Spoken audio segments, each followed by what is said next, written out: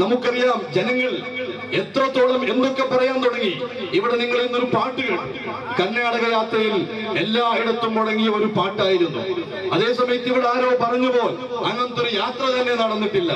സുബ്ഹാനല്ലാഹ്, ഞാൻ ചിന്തിച്ചു പോയി, മക്കാ മുശ്രിക്കുകളെക്കാളും അപ്പുറമായി പോയല്ലോ സംഗതി. എന്റെ അബൂജഹലും പാർട്ടിയും പിന്നെ ചന്ദ്രനെ പിളർപ്പാക്കാൻ പറഞ്ഞു. നബി സല്ലല്ലാഹു അലൈഹി വസല്ലം തങ്ങളുടെ മോചിതത്വം കൊണ്ട് പിളർപ്പാക്കി കാണിച്ചു. അപ്പോ ആ അബൂജഹലും പാർട്ടിയും ഇല്ല, പിളർപ്പായിട്ടില്ല എന്ന് പറഞ്ഞിട്ടില്ല. പിന്നെന്താ പറഞ്ഞത്? അവരൊക്കെ പറഞ്ഞത് അത് എന്തോ ഒരു സിഹറാണ്, എന്തോ ഒരു ജാദുവാണ്, ഒരു മാജിക് ആണ് എന്നല്ലാതെ അങ്ങനെയൊന്നും സംഭവിച്ചിട്ടില്ല എന്ന് പറഞ്ഞിട്ടില്ല. അതേ സമയത്ത് കർണാടക യാത്ര അങ്ങനത്തെ ഒന്ന് നടന്നിട്ടുണ്ടോ ഇല്ലേ എന്ന് SSFകാരെ കൊണ്ട് ചോദിക്കേണ്ട. നമ്മുടെ കർണാടകയുടെ പ്രഗത്ഭനായ മുഖ്യമന്ത്രി സിദ്ധരാമയ്യ അദ്ദേഹം നടത്തിയ ഒരു വേള അദ്ദേഹത്തിന്റെ ജീവിത ചരിത്രത്തിൽ തന്നെ അദ്ദേഹം നടത്തിയ ഏറ്റവും നല്ല പ്രസംഗമാണ് മംഗലാപുരത്തെ കർണാടക യാത്ര സമാപനത്തിൽ നടത്തിയ പ്രസംഗം. ആ പ്രഭാഷണം ഏകദേശം 40 മിനിറ്റ്. അതൊന്ന് ഇരുന്ന് കേട്ടാൽ മതി. കർണാടക യാത്ര എന്താണ്, എവിടേക്ക് നടന്നു, എവിടേക്ക് പ്രസംഗിച്ചു, അദ്ദേഹം തന്നെ അത് ഉദ്ധരിക്കുന്നുണ്ട്. സുബ്ഹാനല്ലാഹ്, ഗുൽബർഗ മുതൽ മംഗലാപുരം വരെ 19 ജില്ലകളിൽ നടന്ന പരിപാടികളിലും സംബന്ധിച്ചൊരു എളിയ പ്രവർത്തകൻ എന്ന നിലക്ക് എനിക്ക് തന്നെ അതിനെപ്പറ്റി ഒരുപാട് പറയാനുണ്ട്. കാകിനലപ്പീട്ട, ബള്ളാരിയിലെ പരിപാടിയിൽ സംബന്ധിച്ച കാകിനലപ്പീട്ടയെ സ്വാമീജി പറഞ്ഞു. ഞാനിത് സ്വാമീജി ഉദ്ധരിക്കാൻ കാരണം, മുസ്ലിമീങ്ങൾ പോകട്ടെ, നമ്മുടെ പ്രവർത്തകർ പോകട്ടെ, ഒരു അമുസ്ലിം മതത്തിന്റെ നേതാവ് അവിടെ ഉസ്താദിനെ പറ്റി പറഞ്ഞു അയാൾ പറയുന്നത്, ഈ പരിപാടിക്ക് എന്നെ ക്ഷണിച്ചപ്പോൾ സുൽത്താൻ ഉലമ AP ഉസ്താദറെ കർണാടക യാത്ര എന്ന് കണ്ടപ്പോൾ എനിക്ക് തോന്നി, ഇതാരാണ്? ഇതുവരെ ആരും കർണാടകത്തൊരു യാത്ര നടത്തിയിട്ടില്ല, ഒരു പണ്ഡിതൻ. ഏത് മതത്തിന്റെ നേതാവും ഇങ്ങനെ ഒരു യാത്ര നടത്തിയിട്ടില്ല. അതും മതത്തിന്റെ വിഷയത്തിന് വേണ്ടി എല്ലാ യാത്ര. റെസ്പെക്ട് ദി മാൻകൈൻഡ്, ഇഹ്തിറാമി ഇൻസാനി, മനുക്കുലವನ್ನು ഗൗരവിಸಿ മാനവികതയെ ആദരിക്കുക. ഇങ്ങനെ ഒരു സ്ലോഗൻ വെച്ചിട്ട് ഒരു യാത്ര ഇതുവരെ നടന്നിട്ടില്ല. എന്നാൽ ഇത്രയൊക്കെ ചിന്തിച്ചു ഒരു യാത്ര നടത്താൻ മാത്രം മുന്നോട്ട് വന്ന ആ മനുഷ്യൻ ആരാണ് എന്ന് എനിക്ക് പഠിക്കാൻ തോന്നി. അങ്ങനെ ഞാൻ നെറ്റിന്റെ മുമ്പിലിരുന്നു കൊണ്ട് ഞാൻ സെർച്ച് ചെയ്തു. AP ഉസ്താദിന്റെ ബയോഗ്രഫി ഒക്കെ നോക്കി ഞാൻ അമ്പരന്ന് പോയി. ഉസ്താദ് ചെയ്യുന്ന പ്രവർത്തനങ്ങൾ, ഒറ്റ ക്യാമ്പസിൽ 25,000 വിദ്യാർത്ഥികൾക്ക് ഒരേ ഒരു ക്യാമ്പസിനിടയിൽ വിജ്ഞാനം നൽകുന്ന, എഡ്യൂക്കേഷൻ കൊടുക്കുന്ന ഒരു പണ്ഡിതന് ഇതുവരെ എനിക്ക് എന്തുകൊണ്ട് മനസ്സിലാക്കാൻ കഴിയില്ല എന്ന് ചിന്തിച്ച് ഞാൻ നാണിച്ചുപോയി. എന്നിട്ട് അയാളെ പറഞ്ഞു, ഇന്ന് കാന്തപുരം ഉസ്താദ് നടത്തേണ്ടത് കേവലം ഒരു കർണാടക യാത്രയല്ല, കാശ്മീർ മുതൽ കന്യാകുമാരി വരെ ഒരു ഭാരതയാത്ര തന്നെ കാന്തപുരം ഉസ്താദ് നടത്തണം എന്ന് പറയുന്നത് ഒരിക്കൽ പോലും കാന്തപുരത്തെ കണ്ടിട്ടില്ലാത്ത ആദ്യമായി കാണുന്ന കാകിനലമഠയുടെ സ്വാമീജിയാണ്. ബാംഗ്ലൂരിൽ വന്നപ്പോ നെടുമാമിടി സ്വാമീജി പറഞ്ഞു, കാന്തപുരത്തിന്റെ ഈ പ്രസ്ഥാന നേതൃത്വം കൊടുക്കുന്ന SSFന്റെ ഈ സംഘടന, ഇതാണ് ഇന്ന് കർണാടകത്തിലേക്കും ഇന്ത്യക്കും ലോകത്തിനും ആവശ്യം എന്ന് നെടുമാമിടി സ്വാമീജി. അയാള് മുത്തുപ്പിന മുവഹിദായൊന്നുമല്ല. ഈ നിലയ്ക്ക് എല്ലാ സ്വാമീജികളും, നമ്മുടെ റോഷൻ ബേഗ് ബാംഗ്ലൂർ പരിപാടിയിൽ സംബന്ധിച്ചു. അയാൾ SSFന്റെ മെമ്പർ ഒന്നുമല്ല. UT ഖാദറിനെ പറ്റി ചിലപ്പോൾ നിങ്ങൾ പറയും അയാൾ AP ഉസ്താദിന്റെ കൂടെ നടക്കുന്ന ആളാണ്. അത് അയാൾക്ക് ഭാഗ്യമുള്ളത് കൊണ്ടാണ്. രാഷ്ട്രീയക്കാരായിട്ട് അങ്ങനെ പണ്ഡിതന്റെ കൂടെ നടക്കാൻ പലർക്കും ഭാഗ്യം കിട്ടാറില്ല. അതുകൊണ്ട് UT ഖാദറിന്റെ കാര്യം മാറ്റിവെച്ച് റോഷൻ ബേഗ്, അദ്ദേഹം നമ്മളെ മെമ്പർ ഒന്നും അല്ലല്ലോ. റോഷൻ ബേഗ് പറഞ്ഞു, ഇന്ത്യൻ മുസ്ലിമീങ്ങൾക്ക് നേതൃത്വം കൊടുക്കേണ്ടത് ഡൽഹിയിലെ ഷാഹി ഇമാം അല്ല, കാന്തപുരം, പിന്നെ കോഴിക്കോടിലെ കാന്തപുരം AP അബൂബക്കർ മുസ്ലിയാരാണ്. അയാൾ വെറും പറഞ്ഞത് കേവലം ഒരു വാക്കായി പറഞ്ഞതല്ല, ഒരു സംഭവം ഉദ്ധരിച്ചുകൊണ്ട് അയാൾ പറഞ്ഞു, ഇന്ന് ഡൽഹി ഇമാം അയാളുടെ മകന്റെ അധികാരാരോഹണ പരിപാടി ഡൽഹിയിൽ നടക്കുമ്പോ പാകിസ്ഥാന്റെ പ്രധാനമന്ത്രി അതിന് ക്ഷണിച്ചു. ഇന്ത്യൻ പ്രധാനമന്ത്രിയെ ഒഴിവാക്കി. ഇത് തെറ്റാണ്. ഇന്ത്യയിൽ ജീവിക്കുമ്പോൾ ഇന്ത്യന്റെ പ്രധാനമന്ത്രിയെ മാറ്റിവെച്ചുകൊണ്ട് പാകിസ്ഥാന്റെ പ്രധാനിയെ ക്ഷണിക്കുന്നത് ഇവിടുത്തെ മുസ്ലിമീങ്ങളെ കുറിച്ച് തെറ്റായ സന്ദേശം നൽകുന്നതിനും മുസ്ലിമീങ്ങൾക്കെതിരെ ഒരുപാട് വാക്കേറുകളും മറ്റും ഉണ്ടാകുന്നതിനും കാരണമാകും. അതുകൊണ്ട് അത് ശരിയല്ല. ഇത് ശരിയല്ല എന്ന് പറയാൻ തന്നെ തന്നേടം കാണിച്ച കാന്തപുരം എ പി അബൂബക്കർ മുസ്ലിയാർ, അവരാണ് ഇന്ത്യൻ മുസ്ലിമീങ്ങളുടെ നേതാവ്, ഡൽഹി ഇമാമല്ല, ഇത് അംഗീകരിക്കണമെന്ന് അദ്ദേഹം ബാംഗ്ലൂരിൽ വെച്ചുകൊണ്ട് ആഹ്വാനം ചെയ്തു. ഇങ്ങനെ 19 കേന്ദ്രങ്ങളിലും മുസ്ലിമീങ്ങളും മുസ്ലിം രാഷ്ട്രീയക്കാരും വിവിധ രംഗങ്ങളിലെ നേതാക്കളും അതുപോലെ ഹൈന്ദവ സ്വാമീജികളും ക്രൈസ്തവ പാതിരികളും എല്ലാവരും പ്രസംഗിച്ചത് നമുക്കറിയാമല്ലോ. ഉടുപ്പി പേജാവർ സ്വാമീജി ഹിന്ദു മതത്തിലെ ഇന്ത്യ കണ്ട ഏറ്റവും വലിയ നേതാവാണ് പേജാവർ സ്വാമീജി. അയാൾക്ക് മുസ്ലിമുകളെ കുറിച്ച് നല്ല അഭിപ്രായമില്ലെന്ന് നമുക്കൊക്കെ അറിയുന്ന വിഷയമാണ്. അയാളെ കൊണ്ട് SSFകാരെന്ന് പറയിപ്പിച്ചു. മംഗലാപുരത്ത് ലക്ഷക്കണക്കിൽ തിങ്ങിക്കൂടിയ ആളുകളുടെ മുന്നിൽ ആ പേജാവർ സ്വാമി പറഞ്ഞത് എന്താണ്? നാമൊക്കെ കേട്ടവരാണ്. സ്വാമീജി പറഞ്ഞു, ഈ സമ്മേളനത്തിൽ 2 മാതൃകകൾ ഞാൻ കണ്ടു. ആ 2 മാതൃകകൾ കേവലം മുസ്ലിമീങ്ങൾക്കല്ല, എല്ലാ മതക്കാരും കൂടി പാലിക്കേണ്ട മാതൃകയാണ്. നല്ല ഒരു മഴ വന്നിട്ട് പോലും, അരമണിക്കൂർ മഴ വന്നിട്ട് പോലും ഒറ്റ പ്രവർത്തകന് പോലും എണിച്ചുപോയില്ല.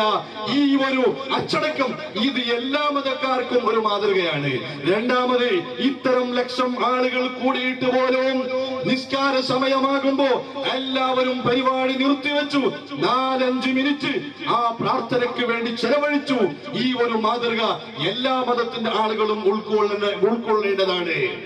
ഇങ്ങനെ എല്ലാ ഇടങ്ങളിലും സുബ്ഹാനല്ലാഹ് ഇല്ല എന്ന് പറയുന്നവർക്ക് അവരെ കുറിച്ച് എന്താണ് പറയേണ്ടത്? ഖുർആൻ പറഞ്ഞല്ലോ, അവർക്ക് കണ്ണുകളുണ്ട്, പക്ഷെ അവർ അതുകൊണ്ട് നോക്കുന്നില്ല. കണ്ണുകളുണ്ട്, പക്ഷെ നോക്കാനുള്ള കാഴ്ചയില്ല. അവര് പശുക്കളെ പോലെയാണ്, മൂലികളെ പോലെയാണ്, ആടുകളെ പോലെയാണ്. അല്ല, ബൽഹും അതല്ല്, അതിനേക്കാളും നീചന്മാരാണ്. അതുകൊണ്ട് എന്റെ പ്രിയപ്പെട്ട സഹോദരനെ കുറിച്ച് നമുക്ക് എന്ത് പറയാൻ? ഒരാള് എന്റെ ഉദു പോയി എന്ന് പറയുമ്പോ എവിടെ പോയി കാണിക്കുന്നു പറഞ്ഞ് നമുക്ക് എന്ത് പറയാൻ പറ്റും?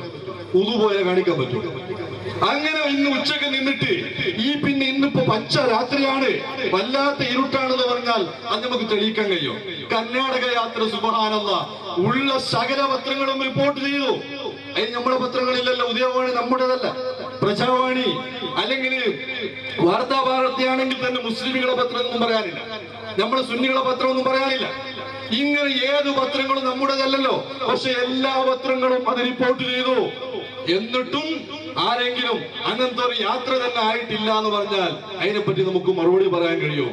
അതുകൊണ്ട് എന്റെ പ്രിയപ്പെട്ട സഹോദരങ്ങളെ, നാം മനസ്സിലാക്കേണ്ട വിഷയം, നമ്മുടെ ഇന്നിവിടെ മുഹമ്മദ് റസൂലുള്ളാഹി സ്വല്ലല്ലാഹു അലൈഹി വസല്ലം തങ്ങൾ ആ തങ്ങളുടെ സന്ദേശം ലോകത്തിന്റെ മുന്നിൽ വളരെ ആനുകാലികമായ വിധത്തിൽ ദാവത്തിന് അങ്ങനൊന്നുണ്ട്. ദാവത്ത് നടത്തേണ്ടത് ആ ഓരോ കാലത്തിന്റെ ഒത്ത നിലക്കായിരിക്കണം. നമുക്കറിയാമല്ലോ, അംബിയാനെ അല്ലാഹു അയച്ചു. ഈസാ നബി അലൈഹിസ്സലാമിനെ അയച്ചപ്പോ ഈസാ നബിക്ക് കൊടുത്ത മോചിതത്ത് ഏതാണ്? ഈസാ നബി വന്ന കാലം അന്ന് ഏറ്റവും വൈദ്യശാസ്ത്രത്തിൽ വളരെ മികവ് നേടിയ ആളുകളായിരുന്നു. അന്ന് വൈദ്യന്മാരുടെ കാലമായിരുന്നു. ഏത് രോഗത്തിനും ചികിത്സിക്കാൻ കഴിയുന്ന വലിയ വലിയ ഡോക്ടർമാരെന്നുണ്ടായിരുന്നു. അതുകൊണ്ട് തന്നെ ആ ഡോക്ടർമാർക്കൊന്നും കഴിയാത്ത നിലക്ക് പിന്നെ വെള്ളപ്പാണ്ടും മറ്റും സുഖപ്പെടുത്താൻ കഴിവുള്ള ഒരു ഡോക്ടറായിക്കൊണ്ടാണ് ഈസാ നബി അലൈഹിസ്സലാം തങ്ങളെ അള്ളാഹു അയച്ചത്. അതുപോലെ മൂസാ നബിന്റെ കാലം മാജീഷ്യരുടെ കാലമായിരുന്നു. ജാദു നടത്തുന്ന ആളുകളുടെ കാലമായിരുന്നു. ജാദു കൊണ്ട് അത്ഭുതങ്ങൾ കാണിക്കുന്ന ആളുകളുടെ കാലമായിരുന്നു. അതുകൊണ്ട് തന്നെ ആ കാലത്തേക്ക് ഒരു നബി അയക്കുമ്പോൾ അള്ളാഹു എങ്ങനെ അയച്ചു? മൂസാ നബി അയച്ചത് അവരെയും തോൽപ്പിക്കുന്ന ഒരു മോചിതത്ത്, പിന്നെ വള്ളിയൊക്കെ പാമ്പായി മാറുന്ന മോചിതത്തായിട്ടാണ്. അങ്ങനെ ഓരോ കാലത്തിനൊത്തുള്ള പ്രവർത്തനം. സുബ്ഹാനല്ലാഹ്, ഇവിടെ ബഹുമാനപ്പെട്ട ആ അംബിയാന്റെ പിന്നെ അനന്തരാവകാശിയായി പ്രവർത്തിക്കുന്ന ബഹുമാനപ്പെട്ട സുൽത്താനുല്ലമ, ഇത് എഡ്യൂക്കേഷനിന്റെ കാലമാണ്, ഇത് വിദ്യാഭ്യാസത്തിന്റെ കാലമാണ്. വിദ്യാഭ്യാസമില്ലാതെ ഒന്നും നേടാൻ കഴിയില്ല എന്നറിഞ്ഞുകൊണ്ട് തന്നെ എല്ലായിടത്തും സ്ഥാപനങ്ങൾ മർക്കസ് എവിടെ നടന്നു? വെറും ഒരു മർക്കസല്ല, മർക്കസിന്റെ മാതൃക പിൻപറ്റിക്കൊണ്ട് കേരളത്തിലുടനീളം സ്ഥാപനങ്ങൾ. ഇവിടെ നമ്മുടെ കർണാടകയിൽ, നമ്മുടെ തൊട്ടടുത്ത് അൽമദീനയിൽ, അങ്ങോട്ട് മാണി, ദാറുൽ ഇർഷാദ്, അവിടെ സുർബയിൽ അശ്അരിയ തുടങ്ങി ഒരുപാട് സ്ഥാപനങ്ങൾ. ഇതാണ് AP ഉസ്താദിന്റെ പ്രവർത്തനം. അതുപോലെ തന്നെ എത്രത്തോളം ഇപ്പൊ ഫേസ്ബുക്കിന്റെ കാലമാണ്. ഫേസ്ബുക്കിലൂടെ ദഅവത്ത് നടത്താൻ ഒരു നല്ല അവസരമുണ്ടെന്ന് മനസ്സിലാക്കിയപ്പോ AP ഉസ്താദ് ഫേസ്ബുക്ക് ഓപ്പൺ ചെയ്തു, ഫേസ്ബുക്കിൽ അക്കൗണ്ട് ഓപ്പൺ ചെയ്തു. അപ്പോഴേക്ക് സുബ്ഹാനല്ലാഹ് ചില മെസ്സേജ് ഒക്കെ വന്നു. എനിക്കൊരു മെസ്സേജ് വന്നു, അവരുടെ വിഭാഗത്തിന്റെ ഒരു നേതാവിന്റെ ഫോട്ടോയും കൊടുത്തിട്ട് ഫേസ്ബുക്ക് ഇല്ല, വാട്സപ്പ് ഇല്ല, ഒന്നുമില്ല. മഹാനായ നമ്മുടെ നേതാവ് ഒന്നുമില്ല എന്നതുകൊണ്ട് ഒരാൾ മഹാനാവും. അപ്പൊ ഞാൻ ഓർത്തു പോയി, പണ്ടൊരു കഥ ഞാൻ വായിച്ചു. ചൈനക്കാരൻ, അത് ചൈനയുടെ വിജ്ഞാനികൾ പിന്നെ ശാസ്ത്രജ്ഞന്മാർ ഒന്ന് കണ്ടുപിടിച്ചു. പിന്നെ പഴയ 1000 വർഷം പഴക്കമുള്ള ഒരു മണ്ണ്, ഒരു ബിൽഡിംഗ് ഇങ്ങനെ എടുത്തു നോക്കിയപ്പോ, മണ്ണിന്റെ താഴെ നോക്കിയപ്പോ അവർക്ക് അവിടെ കുറെ വയറുകളൊക്കെ കിട്ടി. അപ്പൊ അവർ പ്രഖ്യാപിച്ചു, 1000 വർഷങ്ങൾക്ക് മുമ്പ് തന്നെ ചൈനയിൽ ടെലിഗ്രാഫ് സംവിധാനമുണ്ട്, അതിനു വേണ്ടിയ വയറുകളാണ് അവിടെ കിട്ടിയത്. അപ്പൊ ഇന്ത്യക്കാരൻ പറഞ്ഞു, എന്നാൽ നമ്മൾ 2000 വർഷം പഴക്കമുള്ള ഒരു ബിൽഡിംഗ് ഇങ്ങനെ അയഞ്ഞു നോക്കിയപ്പോ അവിടെ നമുക്ക് ഒരു വയറും കിട്ടിയില്ല. അതുകൊണ്ട് 2000 വർഷം മുമ്പ് തന്നെ ഇന്ത്യയിൽ വയർലെസ് ഉണ്ട്. 2000 വർഷം മുമ്പ് തന്നെ ഇന്ത്യയിൽ വയർലെസ് ഉണ്ടെന്ന് നാം കണ്ടുപിടിച്ചിട്ടുണ്ട്. അങ്ങനെ ഇല്ലാത്തതിനെ കാണിച്ചിട്ട് ഒരാളെ വലുതാക്കാൻ നോക്കിയാൽ അതിന് ബുദ്ധി എന്ന് പറയോ? ഈ നിലയ്ക്ക് ഇന്ന് പല ആളുകളും ചെയ്യുന്ന പ്രവർത്തനങ്ങൾ, അവരോടൊക്കെ നമുക്ക് പറയാനുള്ളത്, ആ ബഹുമാനപ്പെട്ട ഉസ്താദ് ഇങ്ങനെയുള്ള പ്രവർത്തനങ്ങളൊക്കെ ചെയ്തുകൊണ്ടിരിക്കുമ്പോ അതിനെ ചെറുതാക്കാൻ ആരെങ്കിലും ശ്രമിച്ചാൽ അത് നടക്കുന്ന കാര്യമല്ല.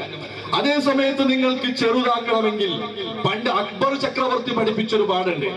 അക്ബർ ഒരു വര വരച്ചിട്ട് ബീർബലിനോട് പറഞ്ഞു, ഇന്ന് തൊടാതെ തന്നെ ചെറുതാക്കണോ. ബീർബലിന് ബുദ്ധിമാനാണ്, അയാൾ എന്താക്കി, അതിന്റെ അപ്പുറത്ത് വേറെ ഒരു വര വരച്ചിട്ട് പറഞ്ഞു, ഇത് അതിനെക്കാട് വലിയ ഒരു കുറച്ചിട്ട് പറഞ്ഞു, ഇപ്പൊ നിങ്ങളിത് ചെറുതായില്ലേ, എന്റെ വരല്ലേ വലുത്. അതാണ് നമുക്ക് പറയാനുള്ളത്. നിങ്ങൾ AP ഉസ്താദിനേക്കാൾ വലുതാകണമെങ്കിൽ മർക്കസിനേക്കാൾ വലിയ ഒരു മർക്കസ് ഉണ്ടാക്കുക, അൽമദീനയേക്കാൾ വലിയ ഒരു അൽമദീന ഉണ്ടാക്കുക, കർണാടക യാത്രയേക്കാൾ വലിയ ഒരു യാത്ര സംഘടിപ്പിക്കുക. അങ്ങനെ ഒരുപാട് ആളുകൾ പഠിക്കാനും നല്ല കാര്യങ്ങളൊക്കെ ചെയ്യാനും. ഇവിടെ SSFകാർ എന്തു ചെയ്തു? ഞാനത് നീട്ടി പറയുന്നില്ല, ബഹുമാനപ്പെട്ട ഉസ്താദിന്റെ സമയമാണ്. ഇവിടെ SSFകാർ നമ്മുടെ SSFന്റെ സിൽവർ ജൂബിലിയുടെ ഉദ്ഘാടനം 25,000 പ്രവർത്തകർ സ്ത്രീധനമില്ലാതെ വിവാഹം ചെയ്യുമെന്ന് പ്രതിജ്ഞ എടുത്തുകൊണ്ടാണ് SSFന്റെ സിൽവർ ജൂബിലി ഉദ്ഘാടനം നാം ജനുവരി 2-ാം തീയതി 2014 നാം ചെയ്തത്. 25,000 പ്രവർത്തകർ നമ്മുടെ വിവാഹത്തിന് നാം സ്ത്രീധനം വരദക്ഷിണ കാശിയും ബംഗാറും എടുക്കില്ല എന്ന് പ്രതിജ്ഞ. ഇതുകൊണ്ട് എന്ന നേട്ടം ഈ സമൂഹത്തിലെ പാവപ്പെട്ട 25,000 പ്രവർത്തകർക്ക്, പെൺകുട്ടികൾക്ക് വളരെ എളുപ്പത്തിൽ വിവാഹമാകാൻ കഴിയും. ഇങ്ങനെയുള്ള പ്രവർത്തനങ്ങൾ ചെയ്തുകൊണ്ട് നിങ്ങൾ മത്സരിച്ചോ, നാം അത് സ്വാഗതം ചെയ്യുകയാണ്. അല്ലാതെ ഇവിടെ വന്ന്